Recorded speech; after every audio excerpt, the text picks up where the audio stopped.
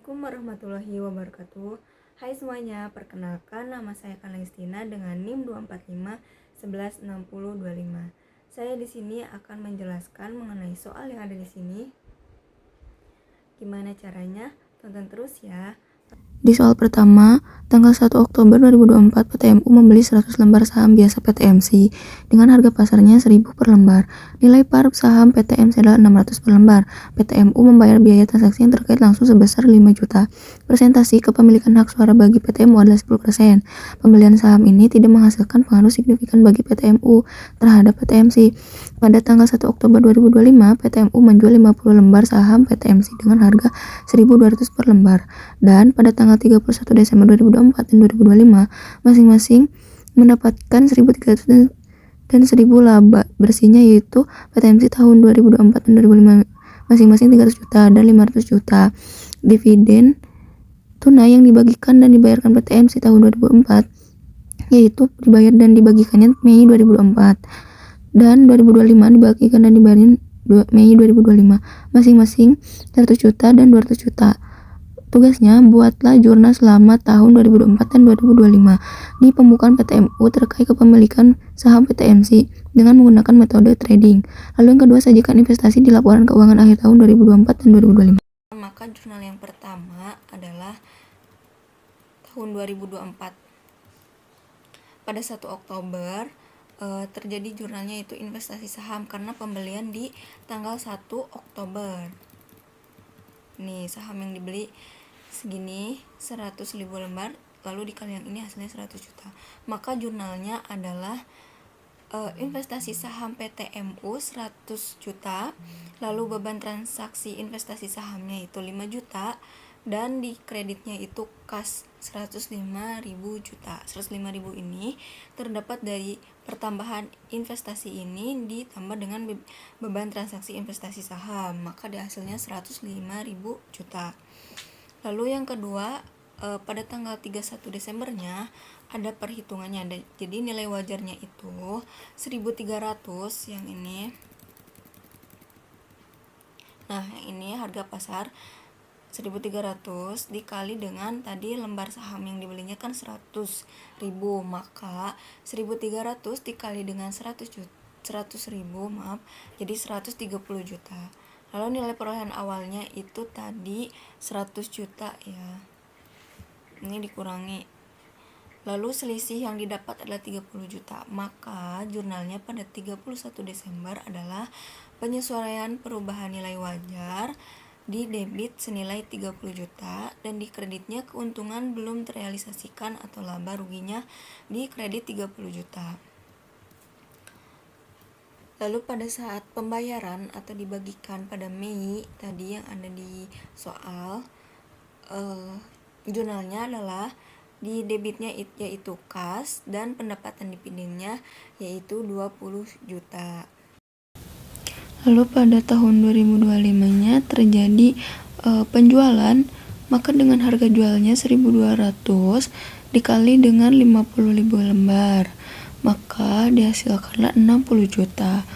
Dan tadi ada biaya transaksinya senilai 100 juta dikurangi, maka terdapat selisih 59 juta.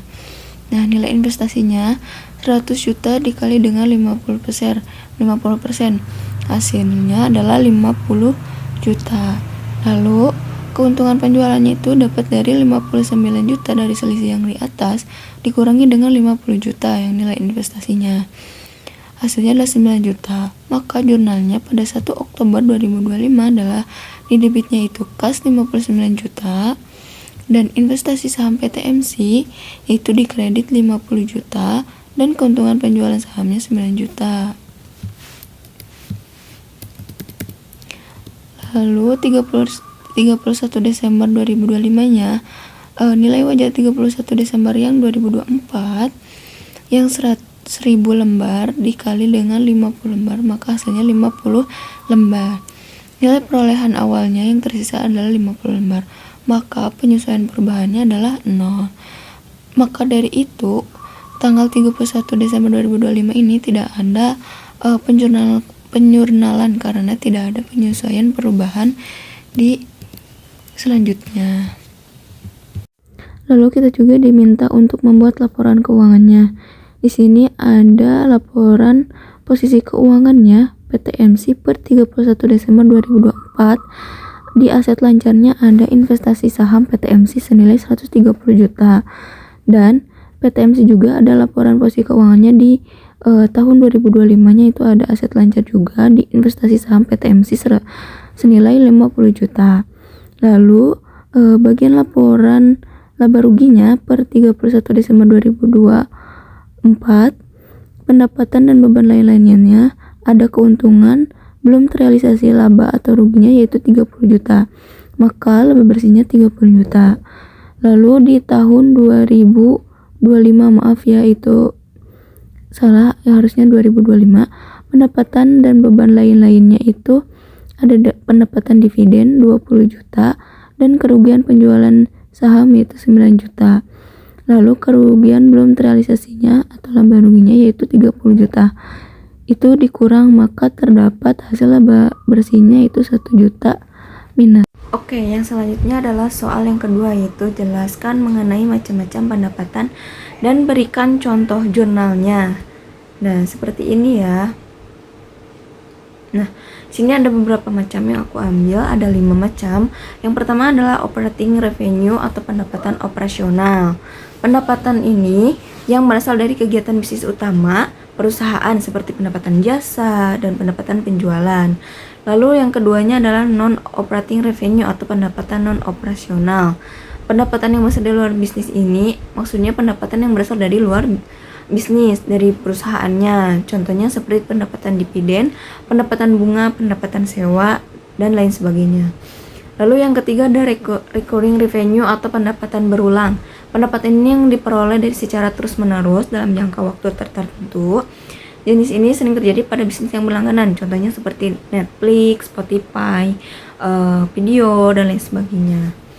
Lalu yang keempat ada transaction based revenue atau pendapatan yang berbasis transaksi. Pendapatan ini dihasilkan setiap kalinya transaksi terjadi seperti penjualan produk retail dan transaksi e-commerce. Nah, di sini ada penjelasannya nih di sini. Nah, klasifikasi pengakuan pendapatan berdasarkan sifatnya, ada tipe transaksi, ada deskripsi pendapatan, dan waktu pengakuan pendapatan. Di sini si tipenya ada penjualan dari persediaan, untuk si deskripsi pendapatannya pendapatan dari penjualan. Waktunya itu tanggal penjualan sampai pengiriman gitu, atau tanggal penjualan itu pengirimannya. Lalu ada tipe transaksi dari pemberian jasa, si deskripsi pendapatannya pendapatan dari jasa gitu. Lalu waktu pengakuannya jasa telah dilakukan dan dapat ditagih, itu ketika si pemberian jasa. Lalu si tipe yang ketiga ada perizinan penggunaan aset atau pendapatan dari bunga, sewa, dan royalti seiring waktu. Waktu pengakuannya itu seiring waktu atau saat aset digunakan. Lalu yang terakhir ada tipe transaksi penjualan aset selain dari persediaan. Di sini deskripsi pendapatannya dari keuntungan atau kerugian pelepasan aset. Waktu pengakuannya yaitu tanggal penjualan atau pertukaran gitu. Nah, lalu yang kelima ada project revenue atau pendapatan proyek. Biasanya pendapatan ini diperoleh dari penyelesaian proyek tertentu seperti dari kontraktor, teknologi, dan konsultan. Nah, aku ngasih contoh jurnalnya dari penjualan pendapatan tunai sama pendapatan diterima di muka. Nah ya, ini jurnal, contoh jurnalnya, misalnya pendapatan tunai gitu. Ini kasusnya toko jasa servis penerimaan uang tunai sebesar 500 juta atas jasa perbaikan laptop yang telah selesai jurnalnya. Maka di debitnya itu kas 500.000, terus si pendapatan jasanya itu 500.000. Nah, untuk contoh yang keduanya yaitu pendapatan diterima di muka. Untuk contoh kasusnya, seorang penjual kue menerima uang muka kue sebesar 250 untuk acara ulang tahun bulan depan. Maka ini tuh baru DP si uang muka itu. Uang muka tuh DP 250. Jadi nggak langsung pengerjaan kue kan. Terus si ulang tahunnya acara pengiriman kuenya itu untuk bulan depan. Maka jurnal untuk saat menerima uang mukanya itu di debitnya itu kas senilai 250 juta dan di kreditnya pendapatan diterima di muka 250 juta. Nah, untuk jurnal pada saat jasanya dilakukan, maka di debitnya pendapatan diterima di mukanya 250.000 dan pendapatan jasanya 250.000. Itu untuk soal yang nomor 2. Soal nomor 3, pada tanggal 1 Januari, PT Lisa menandatangani kontrak sewa sebuah mesin selama 5 tahun dengan PT Lesi. Nilai wajar mesin saat awal sewa sebesar 300 juta, dengan nilai residunya itu 112 juta, dijamin oleh PT Lisa. PT Lesi memproduksi sendiri mesin tersebut dengan biaya perolehan 250 juta. PT Lisa mulai menggunakan mesin tersebut pada tanggal 2 Januari 2025. Pada akhir masa sewa, mesin dikembalikan PT Lesi. PT Lesi menetapkan pembayaran sewa dilakukan secara tahunan tiap awal periode mulai dari 2 Januari 2025 sebesar 55.267.205,81. Tingkat bunga implisit yang ditetapkan PT Lesi sebesar 10%. Sedangkan tingkat bunga inkrementasi sebesar 12%. Umur ekonomis mesin diestimasikan 8 tahun. Metode penyusutan yang digunakan kedua perusahaan adalah garis lurus. Dimintanya adalah yang pertama, tentukan jenis sewa pada kontrak di atas, jelaskan alasannya. Hal yang kedua, buatlah jurnal yang dibutuhkan mulai dari awal masa sewa hingga pembayaran sewa kedua dari PT Lisa dan Lesi. Jadi pada kasus ini bahwa jenis sewa ini adalah jenis sewa pembiayaan atau finance lease bagi kedua pihak. Bagi PT Lisa atau sebagai Lesi, karena masa sewa meliputi sebagian besar umur ekonomis aset, terdapat nilai residu yang dijamin, dan nilai kini dari pembayaran sewa minimum mencakup seluruh nilai wajar aset atau bentuk pendapatan dalam jangka panjang. Lalu bagi PT Lesi sebagai lessor, termasuk sewa pembiayaan jenis penjualan sales type lease, karena terdapat keuntungan penjualan di awal sewa, nilai wajarnya 300 juta, kurang dari biaya perolehannya itu 250 juta. Nah, di soal nomor 3 ini yang diminta nomor 2 itu buatlah jurnal yang dibutuhkan mulai dari awal pembayaran sampai pembayaran kedua. Nah, di sini diketahui PT Lisa itu sebagai Lesi, PT Lesi itu sebagai lessor. Ada masa sewanya itu 5 tahun, umur ekonomis mesinnya 8 tahun, nilai wajar mesinnya itu fair value-nya 300 juta, biaya perolehan bagi PT Lesinya itu 250 juta. Dan untuk nilai residu dijaminnya 112 juta. Nah, untuk pembayaran sewa tahunannya 55 juta 267 205,81. Untuk tingkat bunga implisitnya itu 10% dan untuk tingkat bunga instrumentalnya 12% dengan menggunakan metode garis lurus. Cara penjurnalannya untuk awal masa sewa itu pada 1 Januari 2025, di debitnya aset sewa pembiayaan 300 juta dapat dari ini nilai wajar mesin. Lalu liabilitas sewa pembiayaannya 300 juta. Untuk pembayaran kesatunya itu di 2 Januari 2025 senilai di debitnya liabilitas sewa pembiayaan senilai 55.267.206. Ini tuh dapat dari sewa tahunannya. Kalau yang di sana kan 55.267.205,81, karena ini tuh di Excelnya membulat dengan otomatis tuh ini. Jadi 206. Lalu di kreditnya kas sama nilainya segini. Lalu pada tanggal 31 Desembernya di debitnya itu beban bunganya 24.473.279. Nah, utang bunganya nilainya sama seperti beban bunga. Ini cara mencatat beban bunga aktualnya.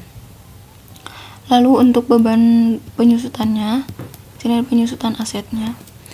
Untuk penyusutan asetnya,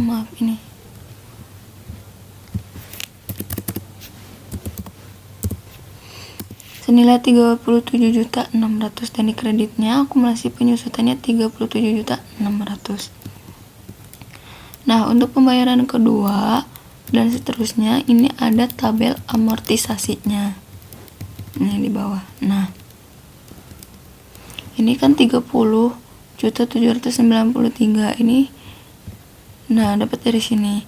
Untuk tabel amortisasi ini tuh awal sih nilai wajarnya 300 juta.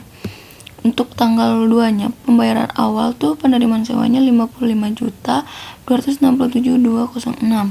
Karena awal pembayaran maka tidak terdapat pendapatan bunga tersebut. Lalu pengurangannya dari si piutang dari utang ini 55.267 dihasilkan dari maka hasilnya 244.732.794. Ini tuh terdapat dari pengurangan 300 juta dikurangi dengan pokok pengurangan piutangnya segini.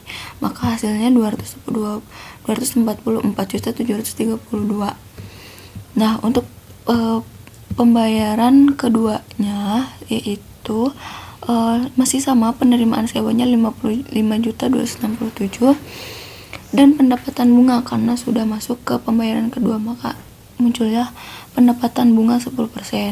Ini cara perhitungannya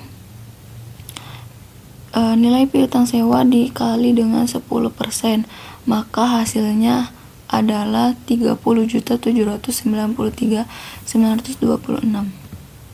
Sorry ya, ini tuh bukan piutang tapi utang.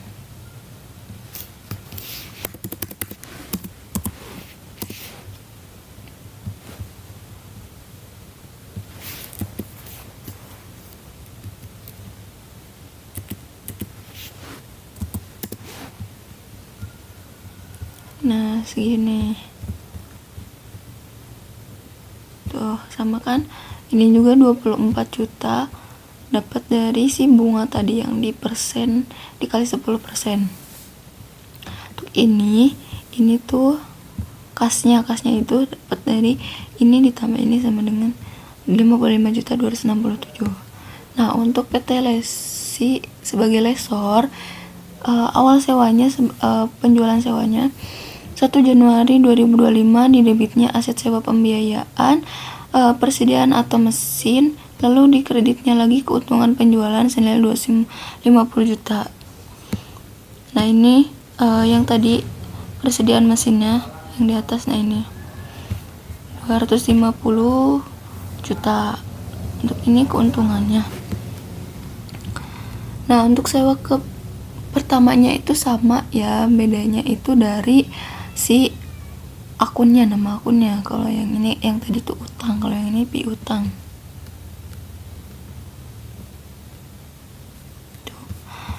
Nah,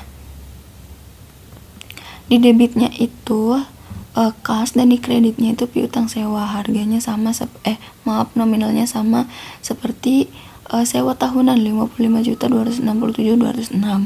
Lalu pada tanggal 31 Desember 2026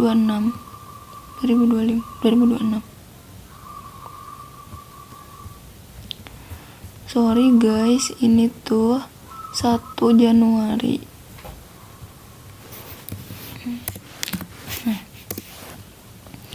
Lalu pada tanggal 31 Desembernya itu terdapat di debitnya itu piutang bunga 24.473.279. Ini dapat dari ini pembayaran keduanya di tahun kedua gitu.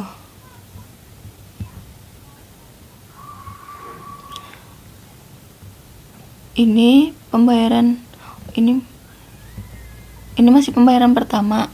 Sorry, ini bunga pembayaran pertama, sewa pertama.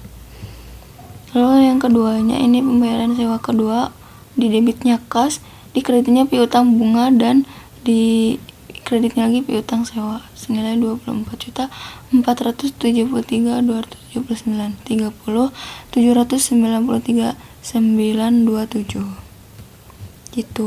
Jadi kalian sebelum menyusun pembayaran selanjutnya, pembayaran kedua dan seterusnya, kalian harus buat dulu si nilai amortisasinya ini tuh bisa utang atau piutang.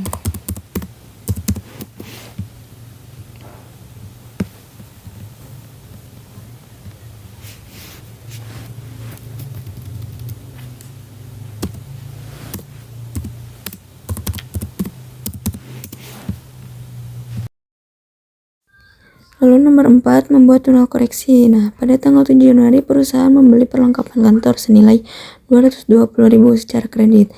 Ternyata transaksi tersebut dilakukan ke perkiraan kas yang berarti pembelian tunai.